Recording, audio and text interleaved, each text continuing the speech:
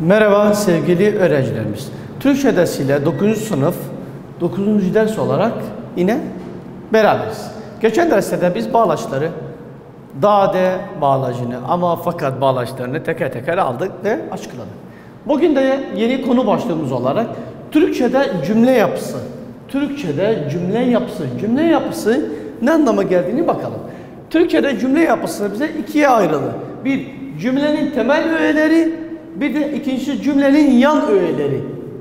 Şöyle yazalım. Cümlenin yan ögeleri ya da öğeleri şeklinde. Bu ikincisi oluyor. Biz şimdi birincisini alacağız. Cümlenin temel öğeleri. Cümlenin temel öğeleri neden bahsettiğini teker teker birlikte açıklayalım. Ne diyor? Cümlenin temel öğeleri dediği zaman iki ana unsura ayrılır. Cümlenin. Hani fiil, faal, mef'ul bi.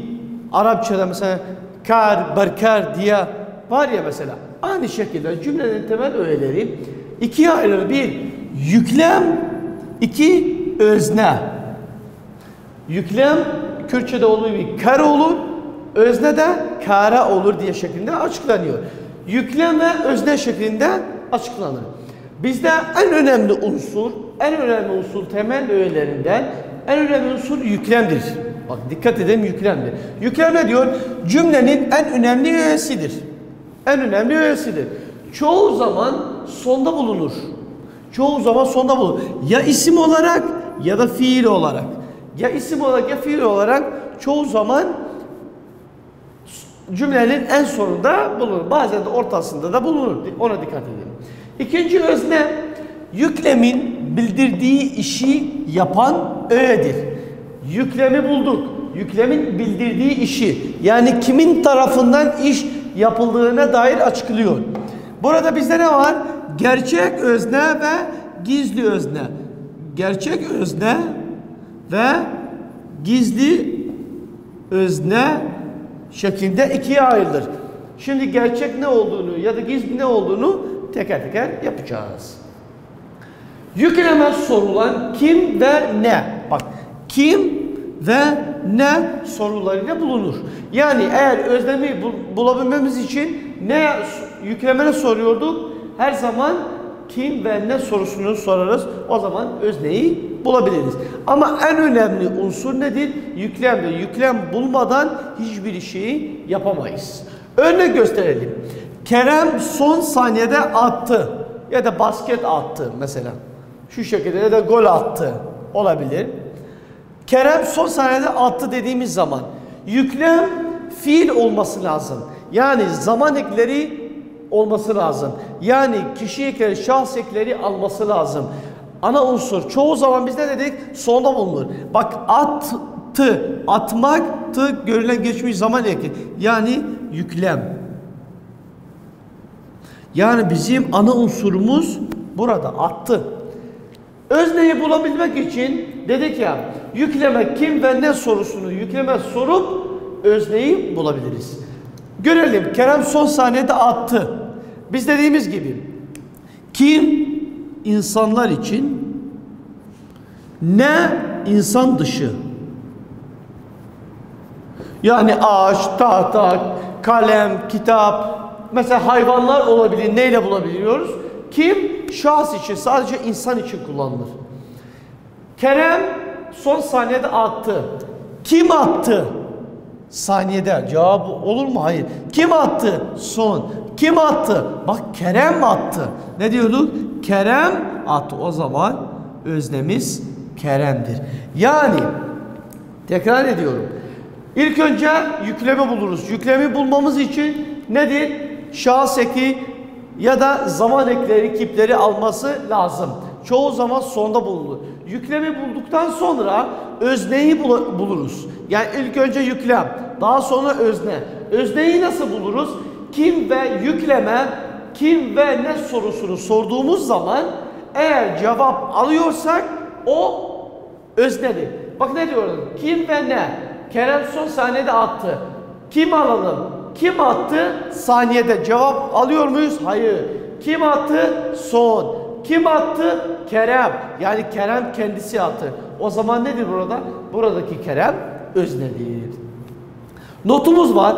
Cümlede özne işi kendisi yapıyorsa o cümle gerçek özne vardır.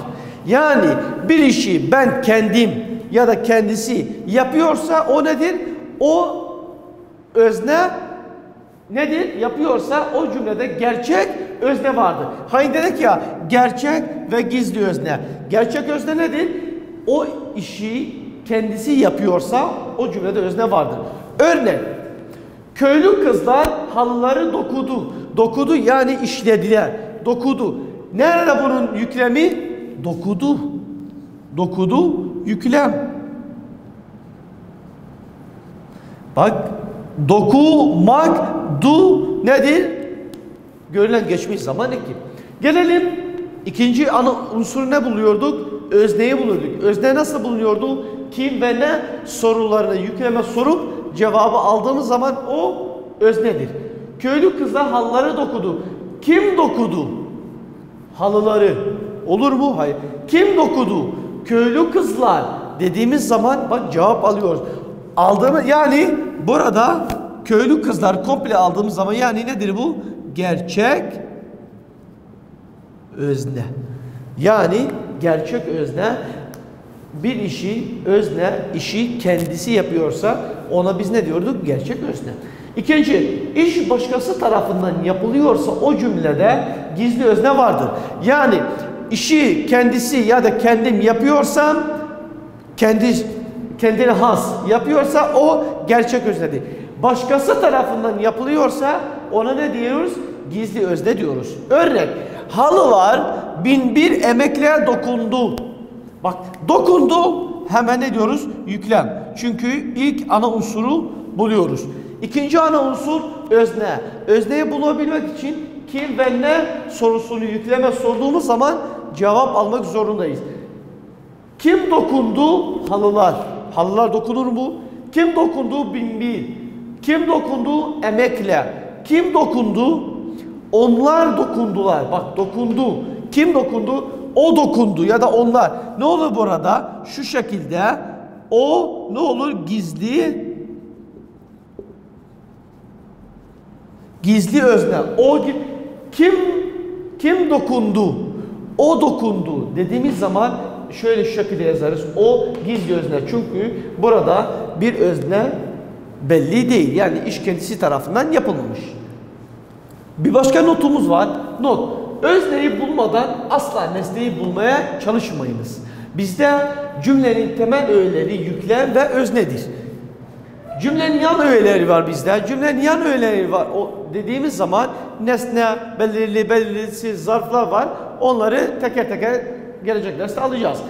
İlk önce ne diyoruz? Özneyi bulmadan ilk önce ne buluyorduk? Yöntem olarak bakalım. Şunu aklınızda bulunsun. Şu şekilde bak. Şu şekilde yöntem. Yöntem kelimesi aklınızın bir ucunda bulunsun her zaman. Neden? Çünkü bak, Y harfini ilk önce başta aldığımız zaman yani ilk önce yüklemi bulmamız lazım. İkinci ana unsur Ö gördüğünüz zaman yani ne? Özne. Bak, Ö özne, Y yüklem dediğimiz zaman bulmamız lazım. Daha sonra ne gördüğümüz zaman yani nesne, üçüncü yan unsur olarak. Daha sonra T gördüğünüzde yani tümleçler şu şekilde bulmamız lazım. Yani en önemlisi yüklemi buluruz. Daha sonra özne, daha sonra nesne, daha sonra tümleç. Bu EM şeklinde sadece sizin bir anahtar kelimeniz olması için yazdım. Yöntem. Örnek gösterelim bakalım. İki tane cümlemiz var. Birisi ne diyor? Cam kırıldı. Birisi de Ali cam kırdı. Cam kırdı. İlk önce neyi buluyorduk? Yöntem. Bak, Y. Yüklem. Kırıldı. Yüklem. Kırıldı yüklem. Daha sonra ne buluyorduk? Özne. Özne nasıl bulunuyorduk? Kim ve ne sorusunu yükleme soru. Kırıldı. Kim kırıldı olmaz. Ne kırıldı? Çünkü bak, insan dışı burada bir insan değil. İnsan olduğu zaman kim? İnsan dışı dediğimiz zaman ne oluyor? Ne kırıldı? Cam. Ne kırıldı? Cam. Burada ne kırıldı dediğimiz zaman cam kırıldı. Tamam. Kimin tarafından kırılmış? Cam kırıldı. Kim kırdı? Kimin tarafından? Buradaki nedir? Gizli özne. Kırıldı. Kimin tarafından? O. İkinci cümleye bakalım. Şimdi aradaki farkı görürsünüz. Ali cam kırdı. Kırdı yüklem. Kırdı yüklem. Ali cam kırdı. Kim kırdı? Bak cam diyebiliriz. Hayır. Kim kırdı? Ali. Kim? Bak şu şekilde. Kim kırdı? Ne oluyor? Ali. Ali'ye dönüyor. O zaman Ali nedir burada? Özne ya da gerçek. Gerçek özne. Birincisinde de gizli özne. Çünkü cam kırıldı. Kimin tarafından kırıldığı belli değil. Ali cam kırdı.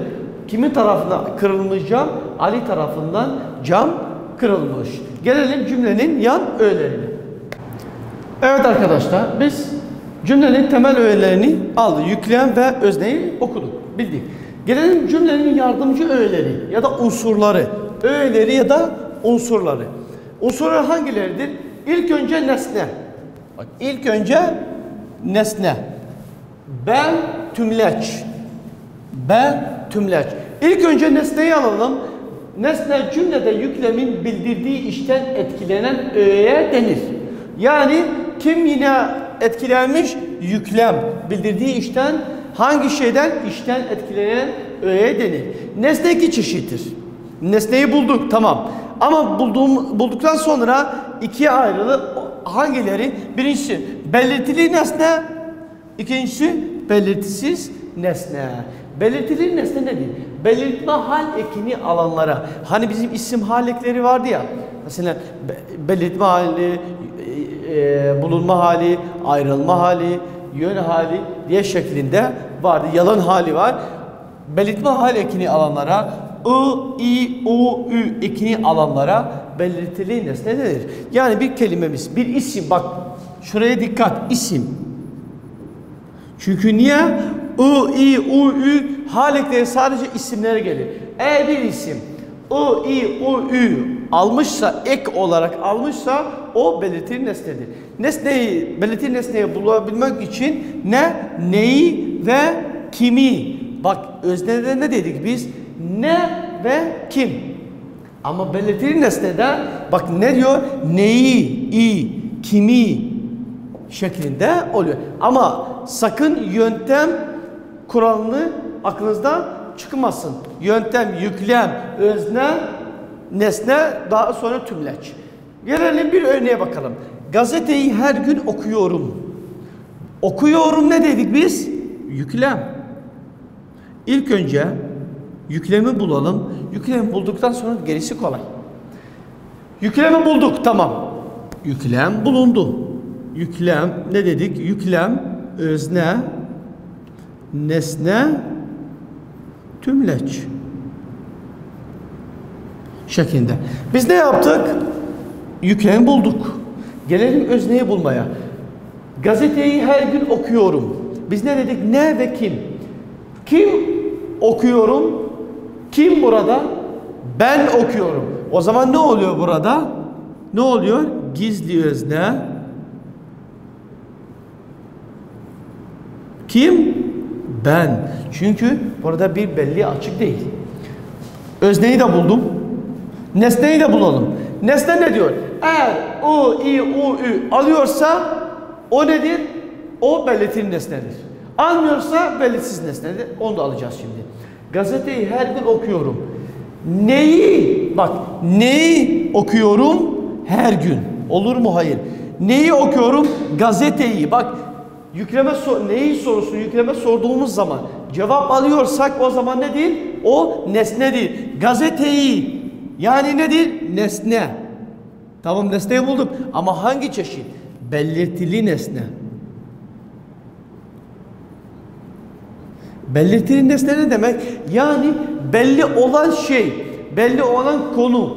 Yani burada bir belirti var. Gazeteyi. Ne diyor? Gazete her gün okuyorum. Neyi okuyorum? Gazeteyi okuyorum. Gazeteyi okuyorum. Dediğimiz zaman burada bir belirti nesne. Yani belli bir şeyi ifade etmiş. İkinciye bakalım. Belirtisiz nesne. Biz dedik ya nesne ikiye ayrılır. Belirtili ve belirtisiz. Belirtisiz nesne yalın halde olanlara belirsiz nesne denir. Yalın halde. Yani ne diyor? Sade. Hiçbir ek almadan tek başına nesne. Nasıl buluyorduk? Ne yükleme ne sorduğumuz zaman cevabı alıyorsak bu belirsiz nesnedir. Belirsiz nesne daima yüklemden hemen önce gelir. Daima çoğu zaman da yüklemden önce gelir. Örnek, her hafta bir kitap okuyorum. Okuyorum, yüklem. Biz ne dedik? Nesneyi burada da bulduk. Burada yüklemi bulalım. Daha sonra ne diyor? Özne. Her hafta bir kitap okuyorum. Kim? Kim? Ben okuyorum. O zaman burada ne oluyor? Ben gizli özne. Ben gizli özne. Tamam. Her hafta bir kitap. Tamam. Şeyi de bulduk. Özneyi bulduk. Nesne. Dedik ya belirtili nesneyi bulmamız için yükleme neyi ve kimi. Birinci ipucu. İkinci ipucu da I, I, U, Ü alan kelime, alan isim o belirtilidir. Belirsiz nedir? Yalın halde yani sade halde olduğu zaman ne sorusuna cevap veriyorsa o belirsiz nesnedir. Her hafta bir kitap okuyorum. Ne okuyorum? Her hafta olur mu? Ne okuyorum? Bir kitap. Bak bir kitap. Yüklemden önce bir kitap. O zaman nedir bu? Belirtisiz nesne. Neden belirsiz nesne dedik? Bir kitap. Herhangi bir kitap olduğunu biliyoruz. Hayır. Belli etmemiş. Mesela Türkçe kitabını okuyorum desem neyi okuyorum? Türkçe kitabını dediğimiz zaman orada bir Türkçe var. Türkçe kitabını eki de var isim haleklerinden. O zaman belirtili olur. Ama burada belirtisiz isim belirtisiz nesne olarak yapıyoruz. Bak ne okuyorum? Kitap okuyorum. Özneyi de bulduk, yüklemi de bulduk. İkinci bir cümleye bakalım. Bugünlerde herkes böyle şeyler anlatıyordu. Anlatıyordu, hemen yüklem yapalım. Yüklem anlatıyordu. Kipeki anlatıyordu. Geçmiş zamandaki. Bugünlerde herkes böyle şeyler anlatıyordu. Özneyi bulalım. İkinci ana unsurumuz anlatıyordu. Bugünlerde herkes böyle şeyler anlatıyor. Kim anlatıyordu? Kim anlatıyordu? Belli değil. Anlatıyordu. O ne olur? Gizli özne. Çünkü belli değil. Bu daha sonra nesneyi belirtili mi belirtisiz mi? Bugünlerde herkes böyle şeyler anlatıyordu. Nasıl şeyler? Ne? Aynı soru şekli. Nasıl soru? Aynı. Yani nenin devamı? Nasıl şeyler anlatıyor? Mesela nasıl anlatıyordu? Bugünlerde hayır.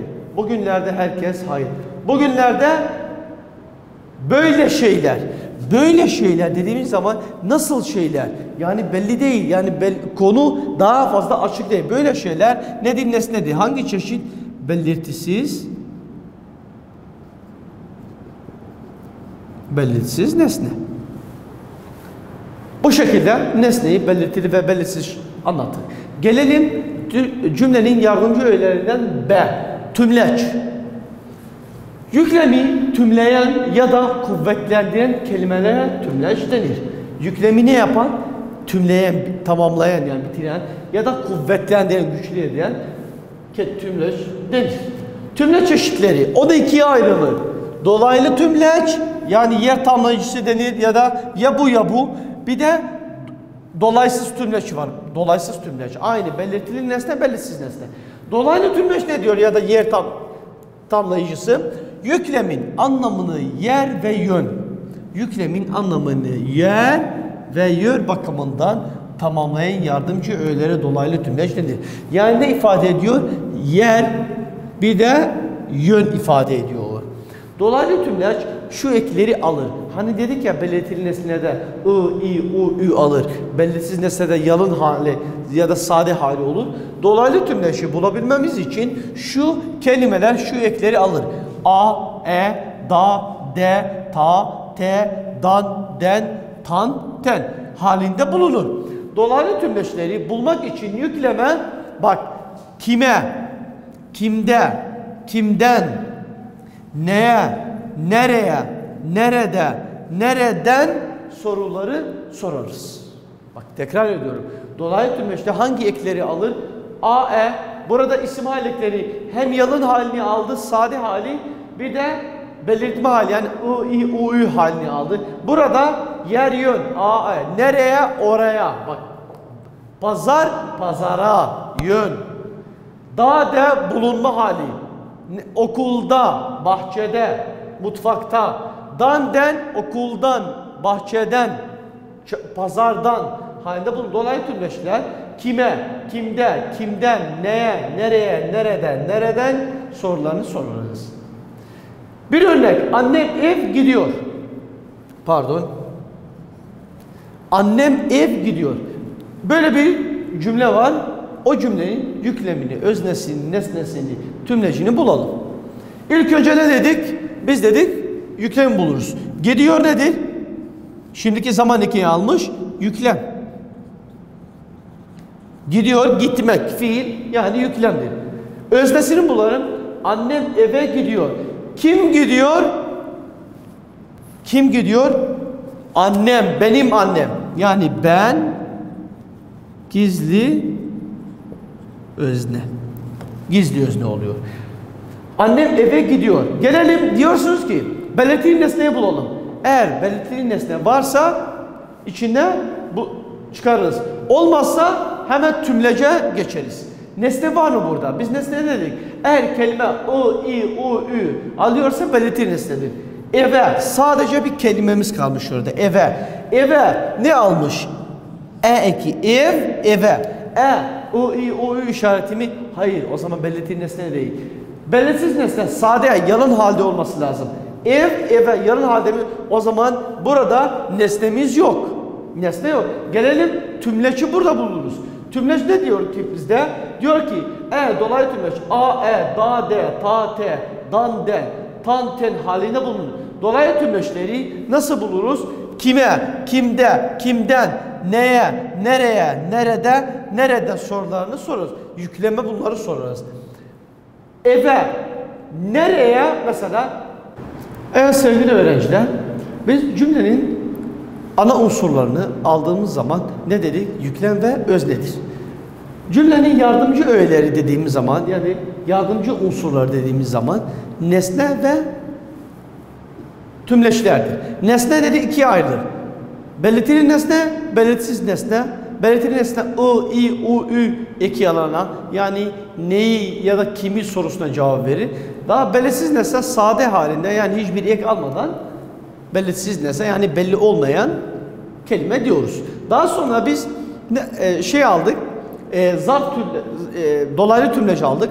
Dolaylı tümlecilerde de nere, zaman ve bildirilmesi gereken daha sonra zarf tümleci. Zarf tümleci de çeşitlerini, hangi eklerini alır, yüklemini sorulur, onları teker teker alacağız. Zarf tümleci tüm cümlede yüklemin anlamını, durum, zaman, miktar. Bakın dikkat edelim. Anlamını, durum,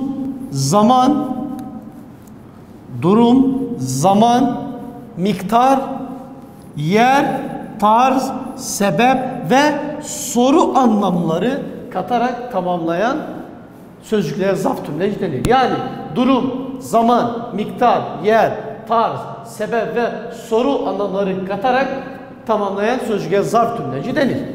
Dolaylı tümleçleri bulmak için yükleme ne soruyorduk? Yükleme bu şekilde nasıl? Pardon, dolaylı değil.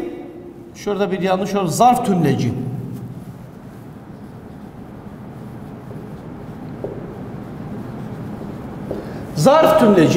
Zarf tümlecini bulmak için ne yapıyorduk? Nasıl, ne kadar, ne zaman sorularını yükleme sorduğumuz zaman cevap alıyorsak ona biz zarf tümleci diyoruz. Örnek, akşam oradan geçerek eve gittim. Gittim nedir? Gittim yüklem. Ki peki almış. Gittim yüklem. Kim gitmiş? Ben gittim. Yani ne olur? Ben gizli özne. Gizli özne. Biz ne dedik? İlk önce yöntem kelimesini aklımızda bulunsun. Yöntem. Emeği ilk sadece öyle bir anahtar kelime olarak bilelim. Ye yüklem. Ö özne, ne nesne, te tümleç. Ye yüklem, yüklemi bulduk. Ö özne, onu da bulduk. Gelelim nesne. Akşam oradan geçer eve gittim. Nesneyi bulmamız için neyi ve kimi ve ne sorusuna cevap verelim. Ne gittim olur mu? Hayır. Neyi gittim eve geçerek oradan akşam olmaz. Kimi gittim eve geçerek bak hiçbir cevap vermediği için burada nesne yok. Hemen tümleçlere gelelim. Tümleçler dediğimiz zaman dolaylı tümleç ve zarf tümleci. Bakalım dolaylı tümleç bilmemiz için nasıl, ne kadar, ne zaman gibi sorularına sorarız. Bakalım te. Nasıl gittim? Akşam oradan geçerek bak nasıl hiçbir araç olmadığı için olmaz. Ne kadar gittim? Bir kadar miktar yok. Ne zaman gittim? Akşam oradan geçerek eve gittim. Ne diyoruz? Nasıl, ne kadar, ne zaman? Akşam oradan geçerek eve gittim cümlesini bulduğumuzda hangisi burada bir miktar, yer, tarz, sebep, durum, zaman ifade ediyor? Akşam oradan geçerek eve gittim. Ne zaman gittim? Akşam gittim. Bak belli bir zaman, bir süre. Yani burada ne diyoruz?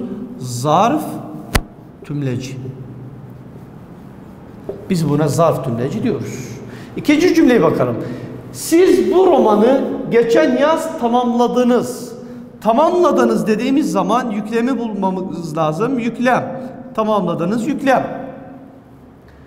Kim tamamladı? Tamamladınız. Siz. Bak siz. Siz ne oluyor? Özne. Siz tamamladınız. Bak siz tamamladınız. Kim tamamlamış? Siz, yani kendisine ait olan bir şey. Bu romanı geçen yaz 3 tane kelime, 4 tane hata kelime var. Bunları teker teker bakalım. Bu romanı geçen yaz, daha sonra ne buluyorduk? Nesne. Neyi tamamladınız? Bu romanı. Bak dikkat. Bu roman. Bu roman dediğimiz zaman belirsiz nesne. Belirtili isim belirtme haleki aldığı zaman biz ne diyorduk buna? Belirtili nesne. Neden belirtili nesne? Çünkü belirtme eki var burada. Geçen yaz tamamladınız. Geçen yaz ne zaman tamamladınız? Geçen yaz. Geçen yaz nedir? Burada zarf tümleci. Neden zarf tümleci? Neden zarf tümleci? Çünkü bak burada bir tane böyle çizelge yaptık. Özne kim ve ne? Kim ve ne? Nesne kim, ne, neyi, kimi şeklinde bulunur. Ama ilk önce neyi buluruz? Yüklem. Bak ilk önce şu şekilde ilk. Daha sonra gelecek özne ikinci sırada. Daha sonra nesne. Yani nesneyi bulur. Daha sonra özneye geçmek yanlış olur. Dikkat edelim. Yüklem, özne, nesne. Daha sonra dördüncü tümleçler. Tümleçleri buluruz. Bu arada nesne kim, ne, neyi, kimi. Tümleç nereye, nereden, neye, neyden, kime, kimde, kimden. Zarf tümleci ne zaman, nasıl, ne kadar, niçin sorularını yükleme sorduğumuz zaman cevap alıyorsak o dolaylı tümleç, zarf tümleci nesne ya da özne olarak belirtilir. Burada not. nereye sorusuna cevap veren yer yön sözcüğünde çekim eki görürseniz ona dolaylı tümleci ve zarf tümleci olmaz. Bak ne diyor? Biz dedik ya yer yön. Tamam yer yön. Ama yer yön olduğu takdirde de daha sonra çekim eki gördüğümüz zaman dolaylı tümleci ya da zarf tümleci olmaz. Gelelim bir tane örneğimiz var. O örneği nesneyi, özneyi, yüklemi teker teker bulalım. Örnek. Ahmet yarın kardeşini sinemaya götürecek. İlk önce ne dedik? Ne buluruz? Yüklem. Nedir? Götürecek. Şu şekilde yazalım. Götürecek. Götürecek nedir? Yüklem. Tamam. Gelelim neyi bularız? Bir, daha sonra ikinci özne. Ahmet yarın kardeşini sinemaya götürecek. Kimi götürecek? Kimi götürecek? Ahmet yarın kardeşini. Bak ne diyor? Kim götürecek? Kimin tarafından? Ahmet götürecek diye dediğimiz zaman olur mu? Evet. O zaman özne Ahmet. O zaman özne Ahmet. Tamam. Özneyi bulduk. Nesne ve tümleçler var. Nesne yoksa hemen tümleçleri buluruz. İlk önce tümleci bulup nesneye öyle yok. Sıralamayı unutmayalım. Yüklem, özne, nesne, dolaylı tümleç, zarf tümleci. Özneyi de bulduk. Götürecek. Ahmet yarın kardeşini sinemaya götürecek. Kim, neyi, kimi götürecek soralım. Bu arada ne dedik? Kim götürecek? Ahmet dediğimiz zaman özneyi bulduk. Kimi götürecek? Kardeşini götürecek. Bak iyi, dikkat edelim. Kardeşini götürecek. Kardeşini götürecek. O zaman nedir? Kardeşini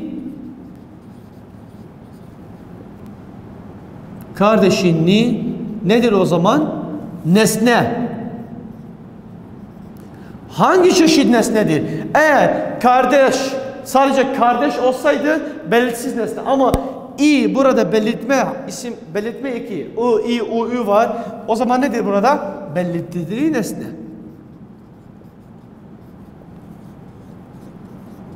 Tamam.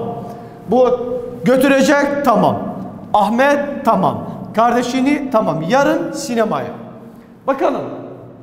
Gelelim. Başka bir nesne var mı burada? Yarın sinemaya. Hayır. Gelelim tümleçlere. Ne diyor burada? Dolaylı tümleç. Nereye, nereden, neye, neyden, kime, kimden sorulan yükleme sorduğumuz zaman cevap alıyorsak o zaman o dolaylı tümleçtir. Yarın sinemaya götürecek. Ne zaman götürecek dediğimiz zaman ne zaman? Bak ne zaman? Çünkü niye burada bir zaman ifade ediyor? Ya da dolaylı tümleç bulmamız için nereye götürecek? Sinemaya. Bak ne dedik? Nereye? Dolaylı tümleç a, e, da, de, ta, de, dan, den, tan, ten şeklinde olur. Sinemaya. O zaman nedir? Sinemaya nedir? Tümleç. Nasıl bir tümleçtir? Dolaylı tümleç. Neden dolaylı tümleç dedik? Sinema isim. A eki almış. Yer, yön eki aldığı zaman nedir burada? Dolaylı tümleç diye ifade ediyor. Gelelim bize ne kaldı geriye? Yarın. Yarın biz zaman ifade ediyor mu? Evet. Dediğimiz zaman ne zaman götürecek? Yarın desek cevap alıyor muyuz? Evet alıyoruz. O zaman yarın ne oluyor? Tümleç aynı şekilde. Nasıl bir tümleç? Nasıl bir tümleç? Zarf tümleç. Yani bildiğimiz gibi nesne kimi neyi dediğimiz zaman I, I, U'yu aldığı zaman ya da sade aldığı zaman nesnedir. Burada şuraya dikkat edelim. Nereye? Nerede? Nereden? Neye? Neyde? Pardon neyde? Neyden? Kime? Kimde? Kimden? Şu eklere dikkat edelim. Eğer bir kelimemiz bu ekleri almışsa hemen ona dolaylı tümleç diyoruz. Ama eğer ne diyoruz? Zarf tümleçleri ne zaman, nasıl, ne kadar, niçin sorularına cevap verir. Tekrar şu yöntemi yazmak istiyorum. Dikkat edelim. İlk önce yüklem bulunur. İkincisi ne olur? Özne. Üçüncüsü nesne. Dördüncüsü tümleç. Yani yüklemi buluruz. Daha sonra özne ya da gizli özne ya da açık özne olabilir. Daha sonra üçüncüsü nesne, belirtili, belirtisiz nesne.